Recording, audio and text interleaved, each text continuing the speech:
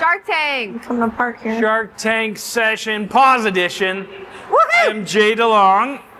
After 16 sessions of Shark Tank, you're probably familiar with it. You've seen a lot of companies come and go on this show. On stage with me, I have 3 Petcare founders who all participated in the process successfully. And we're going to talk today about how that process went and whether it's a right fit for you and how you might go about it. There's a slide from Meghan Wolfgram, founder of SwiftPaws, Andria Paige-Beale, founder of Epipaws, and Skaya, founder of Basepaws. I'm sensing a theme. There's Shark definitely Tank Paws Edition. And I'm lucky enough to know all 3 of them because they all competed and succeeded in the Petcare Innovation Prize as well. And so over the years, I've heard not just this story and their success, but all their others. But today we're going to talk about Shark Tank because it's kind of relevant, kind of brought attention to each one of your all's entrepreneurial pursuits at good times for your company's growth. Yes. Okay. We all know the premise that entrepreneurs show up, they make a pitch for investment to the judges, and usually it's like a 45-minute pitch that gets kind of winnowed down to 11 minutes of airtime finally, and that's kind of what you see.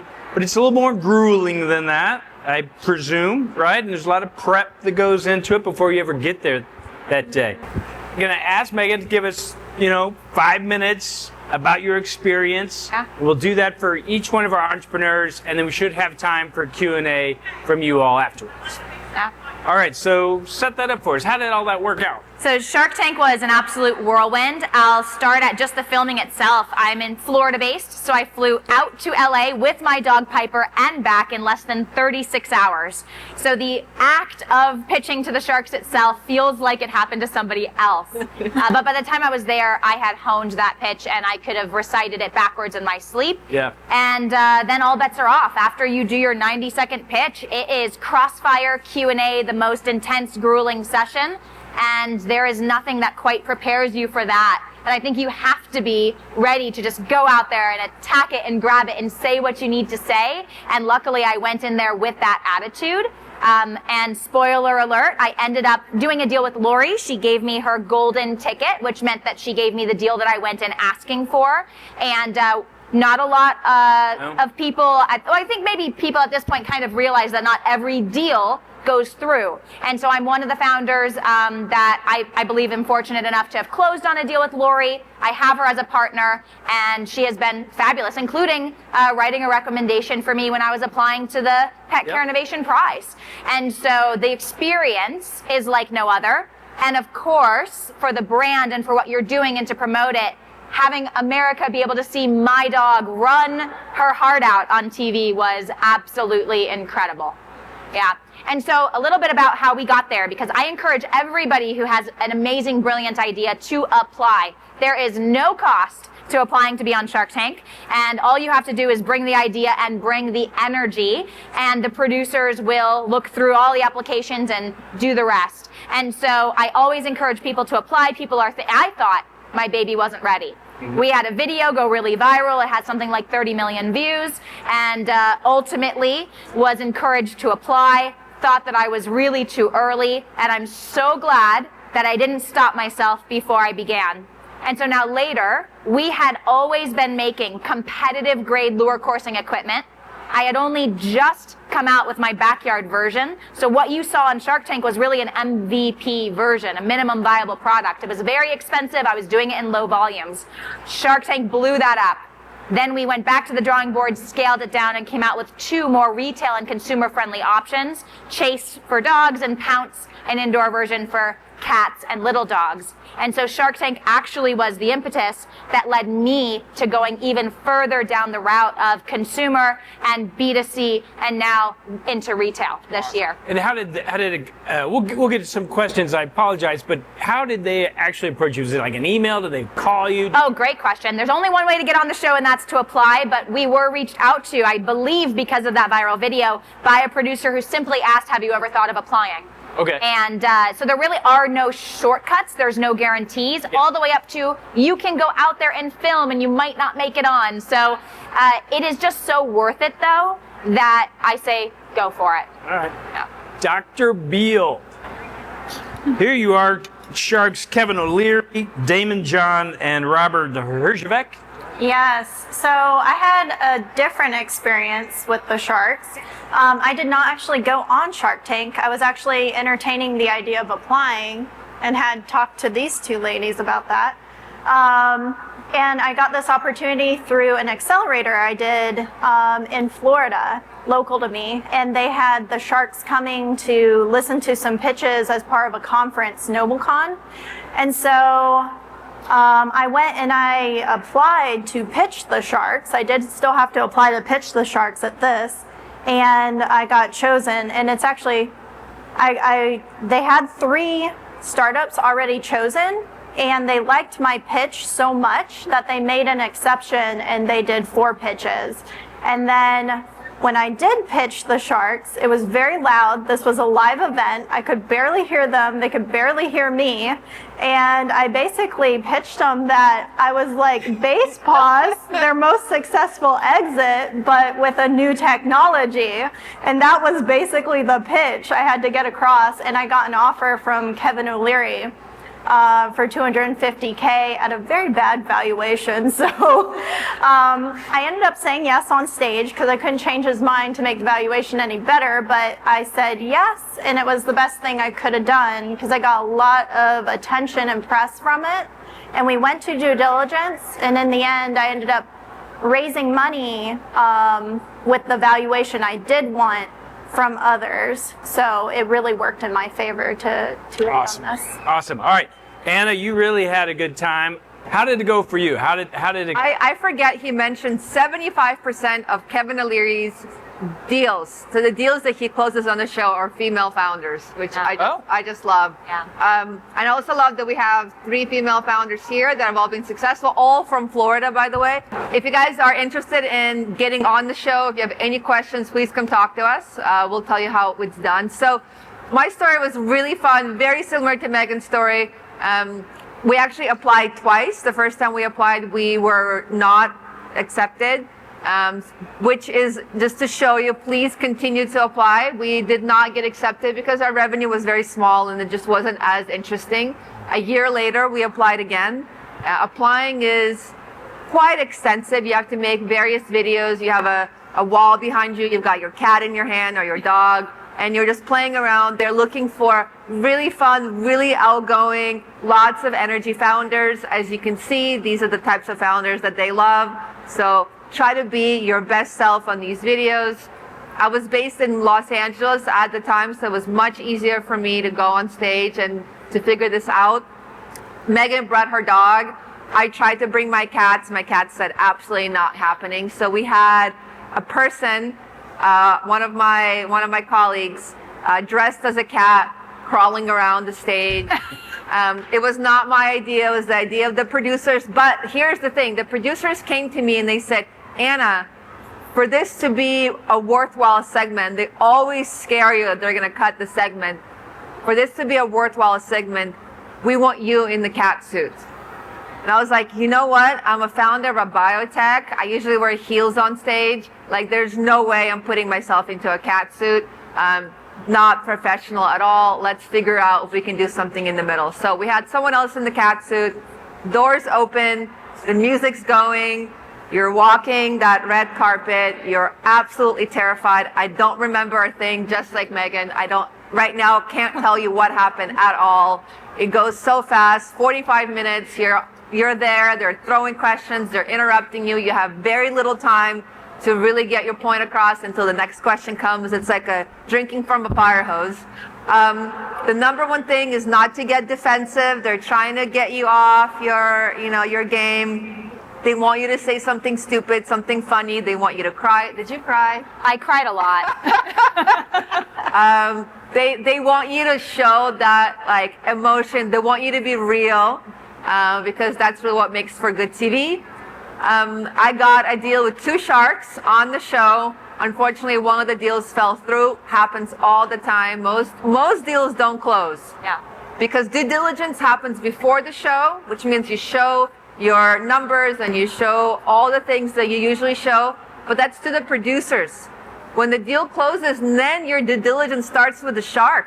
The shark wants to double check all the numbers as well. And very often the shark finds something in your due diligence. Remember, you're an early stage company that they don't like. Deals fall through. I'm really grateful that one of my deals did not fall through. And let me tell you, my shark is very grateful for that too. Because as you guys saw, it was a very, very good exit for Kevin and for myself. There's a long relationship that you have with your shark. And we know that, right? You and Lori are still close. Me and Kevin are still close. Kevin calls me and asks me to look at other deals that he's doing that are in the pet space. I ask him to look at deals that I'm doing. I'm now investing in companies. So that relationship is a long-term relationship that you'll have for many, many years. Please apply. It is an amazing thing. And little hack, Shark Tank loves pets. They love pet companies. So you actually have a little leg up. Make sure you apply. Come talk to us. Get our contact details. If you're in the process and you have questions, we're a great resource for you. You bring up a great point.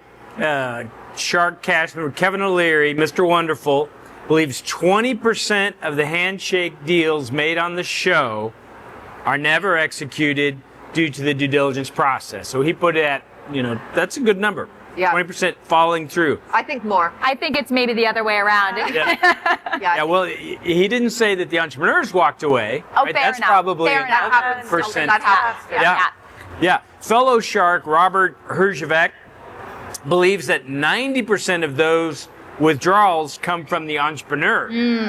In some cases due to only appearing on the program for publicity. Could you imagine people only going on for the publicity? What did it do for you guys in terms of, the next day? Did you see online orders? You saw news people wanting to talk to you immediately after. So what did the show's appearance do for you? Andrea? For me, with my unique experience, it did. So there was a lot of press. I was on the news. It was a live event, but the news was there, filming it, which I didn't expect. So it went around really fast, and they were framing it kind of funny for my experience, because I said yes on stage, and I was the only startup out of the 4 that said yes to one of the Sharks' offers, and they were giving pretty crappy offers.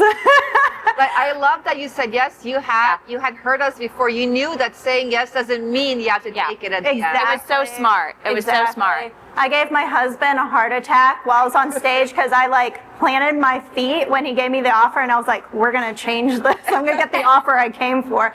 And I butted heads for a little while with him on stage, and the crowd was trying to help me. They were yelling different numbers to try and get him to change his offer, and then people were just just say yes. Just say yes. And so I finally said, all right, let's do this.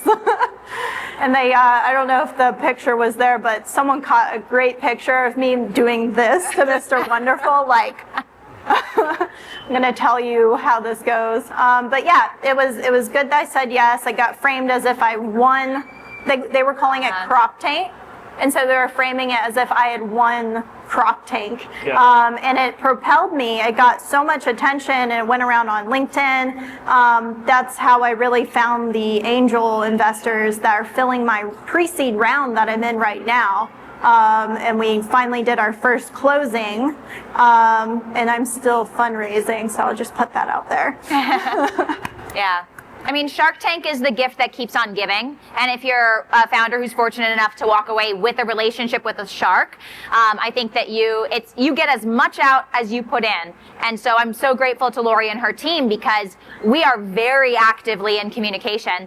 And so a couple times a year, they're helping to promote on social media. Or honestly, if I have a question, if I'm looking at a new service or something, I'm reaching out and I'm saying, hey, what are your other portfolio companies using for this and that? What works, what doesn't? And then ultimately, the show itself, right? The night that we aired, we did over $100,000 in sales at a time where my company was lucky to be doing 60 a month. And so that explosion is huge. And post that, I can share that our organic website traffic is 2x what it ever was before, and it never went down. I mean, we had this huge spike, but now we've just doubled our and it's direct. It's SwiftPaws.com directly into the browser, and that is something that would be very expensive to pay for.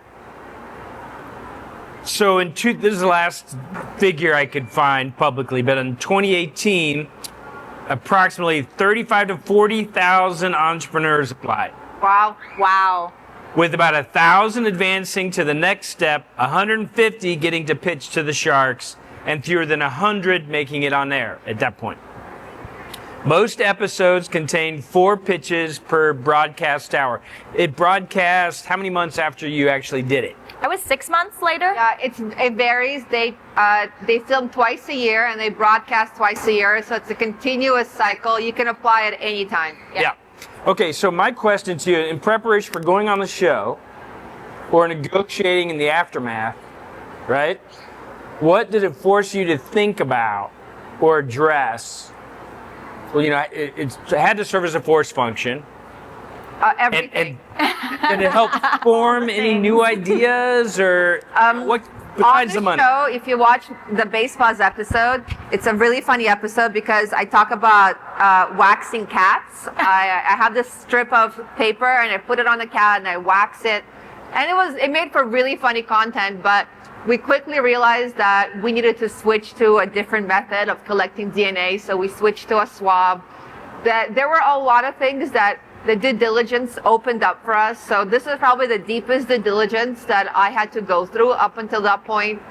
So I had to get a lot of my documents in order. I had to organize it correctly. And it was really great because these sharks and their teams, they work with people like us. They're used to early stage founders. They're there to give us guidance. Yeah. They're not there to, screw us over. The contract that I got, they sent it to me printed. It's like a book. This is the contract. Remember, I don't know if you guys were here yesterday, we talked about a safe note, which is how you usually get funding. Yeah. This is like a book contract. It's a very different relationship, but it's so good for you as an early stage founder because they will take your hand and they will comb through everything and you are so ready for any other investment that comes your way. So Jay, it changed everything. It catapulted you into the next level. Yeah. And I'll echo that as well. And then also say that the feedback, the sharks have seen so many founders, so many companies, so many ideas that even though they didn't know specifically about maybe cat DNA or the sport of lure coursing or epigenetics with animals, they can get to the core of a business and what's going to work and not immediately. It's shocking. And so some of their feedback is literally the feedback that has elevated my company to the next level. And on the show, I think it was Robert actually who was kind of giving me heck about my pricing. He's like, look, this is expensive. Not everybody can afford a $500 enrichment kit. And on the show, I looked him in the eyes and I said, you're right. My target price is $199. And here I am at this show. I've just launched a version for indoor use with cats and little dogs, and it's going to retail for $199. Hey! And that is the type of push that I think I needed because I came from a competitive sports background. These are people willing to spend thousands of dollars to travel the country and compete. And I had to get into a very consumer-minded and accessible, right? Pricing is accessibility. And so even just that, and then the response from people afterwards, oh my God, we love this. We can't wait till you make a more affordable version. It was so positive. All right, I have one more question for you, and then we'll turn it over to the audience. Dustin McAdams will grab a mic, and he'll walk around. So I'm doing research on the show. Shark Tank started on ABC in 2009. but it was the American franchise of the international format Dragon's Den first, right, which was a British TV series, and also Canadian. I think we've got a couple companies in the network that have been on the Canadian version Dragon's Den, but actually Dragon's Den was before Shark Tank, surprise to me. But I guess sometimes the British do things that we copy, it's occasional. Which itself was a remake of a Japanese TV show called The Tigers of Money, which I thought was pretty cool. I didn't know that. So I mean, it's fun, it's entertainment, right? I mean, that's really what it is. That's the purpose of it. But what unexpected consequence came from the show, either good or bad? What unexpected thing? I'll start. You guys know Kevin O'Leary. He's a little bit of a polarizing character more and more every year. The consequence is, well, first of all, we got more guys into the product, which was a really good thing. We were like, you know, a cat product, cat ladies. Kevin gave us a whole other audience that we didn't have before, because most of the people that follow him on social media are guys. So we started seeing guys buying product, and I definitely associate that with him. So that was a really, really positive. A negative is that I got a lot of really funny social media messages about being a cat lady and all the stuff that came with that. Overall, incredibly positive to be associated with someone who cares deeply about small business in America. That's Kevin's personal passion. He just wants to have more small businesses. Yeah. Learned a ton from his network. He's got hundreds of small businesses that he's invested in over the years.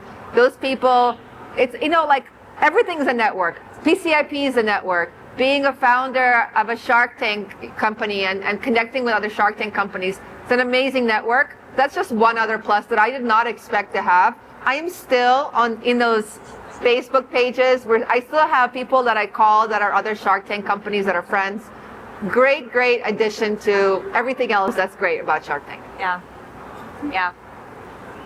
Yeah, I would say that it was the attention from potential investors while I was actively fundraising. I just didn't, I got the opportunity and I went and did the pitch so fast I didn't have time to think about what this meant for the company. I just said yes and I'll do it. And I went and did like the shortest pitch ever. It was less than a minute. And I said yes on stage, all a whirlwind. I texted Anna while I was on stage. As soon as I walked off stage, I go, oh my God, I got an offer. And yeah, I guess the good that came from it was just all the attention, people reaching out, wanting to know more about, oh, did you take that money from Mr. Wonderful? And it's like, well, you know, I am fundraising and he does like it. So we'll start there. So yeah, it was good.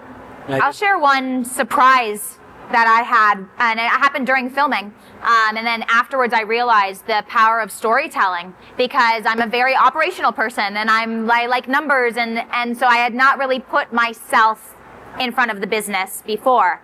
And at the very end of I was in there for almost an hour and a half. It was actually quite a long session. I had planted product next to me because the dog that got me into this, his name was Pretzel. We put his paw prints on the bottom of my equipment. And so I wanted to share that, and I had forgotten the entire time. And then Lori pulls out the golden ticket, and I knew what that meant, and I started just getting overwhelmed with emotion, and so now I'm sobbing, and they made me look better. I cried way more than they even show you on TV. And so as she's making me this amazing offer, and she's saying how much she believes in me, I remember the paw prints. And so I am just losing it, and I am reaching over and I'm going, Pretzel's paw prints are on the bottom of every unit, and it was so emotional. It gets me. And what I didn't realize was that that's the moment that everybody else connected with too. And I was so on my numbers, and I was so worried about telling them, you need to know about the safety features, and you need to know about all the work we've done. And that moment is what resonated with everybody. And so because of that, I've become a better storyteller, and I've learned that people want to know about my dog, and they want to know about that journey too. So for every founder out there, I know we don't always like to put ourselves up on stage and put our faces, but that is part of your brand and your story, and people want to know. They really do. Good fortune follows hard work. Yeah. Yeah. All right, so we're going to turn it over to the audience. If you guys have any questions directly for these successful entrepreneurs, now's the time. I'm Dadrian, the founder of Spoiled Pets. Hey, y'all. Hi. And first off, just seeing women founders in the pet industry is so inspirational. And just seeing y'all up there, just thank y'all so much. But my question is, I came in a little late, but so maybe I'll answer this. But how did y'all know y'all were ready to take that next step to go on to like Shark Tank? I applied twice. I didn't know. I didn't know. You don't know. Just apply. I think they love revenue. So if you have revenue, that's always a plus. They love a great story. So that's always a plus. They love pet. They love women founders. So you're in the right category. It does not hurt to apply early. If you don't get in this year, apply next year. Apply until you get a clear no. You know? Yeah. I think that's what I would say. I know a woman, her name is Kimberly Meckwood. She is an inventor of an amazing device called Click and Carry. She applied to the show something like 9 times. She was like their record holder. They even talked about it when she got on Shark Tank. So I'm not saying that you have to do that level, but it doesn't hurt your chances for the future if you apply now and they say maybe not yet. Yeah. So don't, and I don't think any of us thought we were ready for that opportunity, but we did it anyway. Yeah. You always, as a female founder, sometimes you never think you're ready. Yeah. So in this case, you're ready. You're ready. How much time did you get to spend with the people who you did the deal with? Like afterwards to Years. It's been years. I mean, we did our deal in 2019, so it's 2025. I've been chatting with him for 6 years now. You have to be the squeaky wheel. If you're the squeaky wheel, you'll get the time. If you are shy or you think they'll come to you, they'll never will. So it's really up to you. And in my experience with Lori, I mean, she and her team, they want to be your cheerleader. And so a couple times a year, they're proactively reaching out. Hey, do you guys have any holiday deals coming out? How can we promote? But I am also a squeaky wheel. So I will reach out to them. And like when I was launching Pounce, I said, hey, I've done it. Like you helped me create a version because I knew that it needed to be smaller. I knew it needed to be less expensive. But the day before I aired, she sat down with me literally on a call and we went through my website page by page tactically and said, this is what we need to be doing. This is the trajectory. And so as soon as I knew I was doing it, I said, this is what we're doing. And then we won Best in Show Pet Tech Innovation at Global this year. We're here now for the first time exhibiting to retailers at Super Zoo. And those lines of communication are something that you have to leverage as well. Yeah. So I wouldn't wait, whether you have mentors or anybody else, like when you know you've got something or something's coming, it's never too early to let the people around you know what it is that you're working on. Because oftentimes they'll have input at the right moment. You can almost save yourself a lot of trouble if you're having those conversations early. And so in my experience, we text, we hop on calls, I do emails, and it's actually a much smaller team than I expected to be working with. I get a reply from Lori directly within, I mean, sometimes minutes. It's scary how I'm like, girlfriend, when are you sleeping? So I think I work hard, and then I see somebody who is so inspirational and who is supporting, at this point, probably over 100 portfolio companies. I mean, it's huge. So it's also very inspirational to keep working. Yeah. And then also don't be afraid to reach out to those resources and say, who else can I or should I be connecting with? Because their networks are so vast. That's awesome. They're inspiring because they are so busy as well with such huge portfolio. So, yeah, good to know. Thank you so much. Yep. And likewise, incredibly inspirational. Obviously, from Australia, we have Shark Tank Australia. Different sharks, obviously. But, yeah, it's so nice. You can't beat what you can't see. So, thank you. Just a quick plug for femalefounders.pet. There's a female founder group called female.founders. Femalefounders.pet. Yep. If you guys haven't heard about it, please come talk to us. We all help each other out. We're all part of the pet community, and we'd love for all of you guys to join if you're building companies.